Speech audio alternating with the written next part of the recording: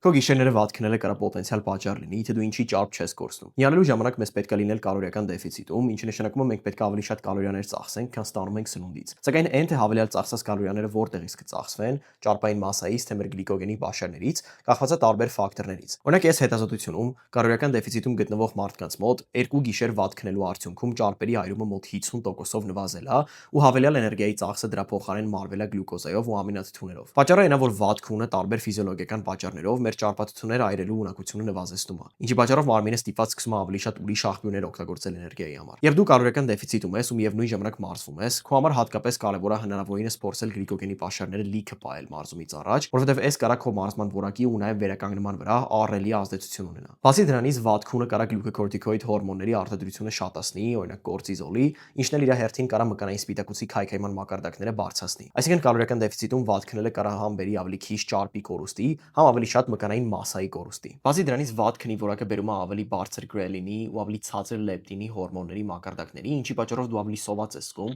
ու ավելի հավանական է, որ քո սննդակարգից կշեղվես։ Առհասարակ ահռելի քանակության գիտական գրականություն գոյություն ունի, որը ցույց է տալիս, որ վատ քնելը ու գերությունը շատ կոռելացված են։ Դրա համար իմացեք, որ առողջ ճարպային մասսա ունենալու գրավականներից մեկը այդ հենց առողջ քուն ունենալն է։